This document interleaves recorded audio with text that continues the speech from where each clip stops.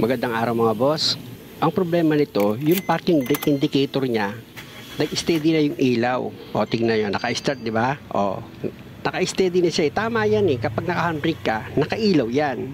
Pero, once na yung handbrake mo, dapat, pag binaba mo yan, mamatay dapat yung warning indicator light niya. Ang problema, tingnan nyo mga boss, di ba? Hindi siya namatay. Ngayon, ano ang gagawin nyo pag ganyan? Ayan, tinuturo ko, di ba? Dapat patay na yan eh. Kasi itong handbrake mo, ayan, nakababa na siya eh.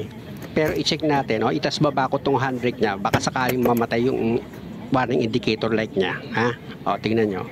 O, nakailaw pa rin eh. Pag ganyan mga boss, patayin nyo muna itong makina. Ayan ang una mong gagawin. Pagkapatay mo, ang una mo dyang i-check is itong brake fluid niya. Pwede kasi mangyari yun pag kulang itong brake fluid niya. Kaya ang gagawin mo dyan, lalo na, nakita nyo, di ba, kulang. Dadagdagan mo ngayon yan. Tapos yung socket wire sensor nitong brake master assembly, dapat i-check mo rin after mo ma-pull ng brake fluid itong reservoir ng brake master mo.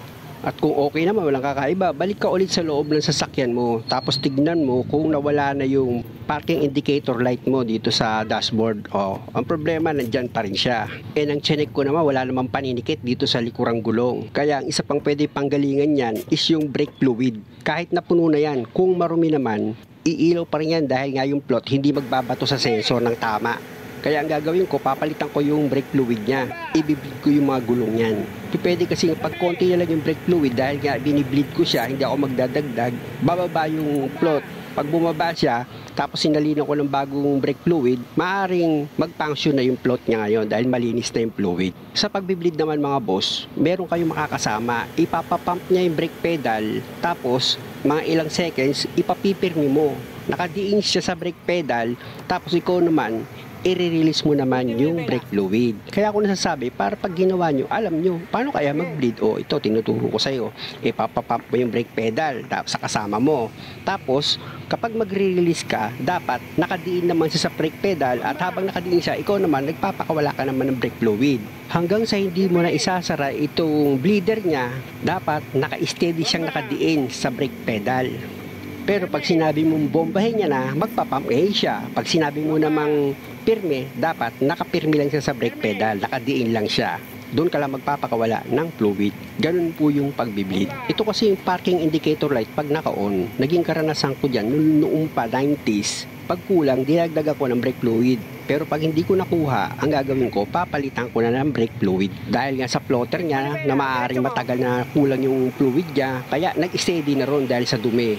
Kaya kahit na dinagdagan ko, hindi na siya kumilos. 'Di ba? Ngayon, pag okay na, tsaka ngayon ako magsasalin ng fluid, pupunuin ko na ngayon yan.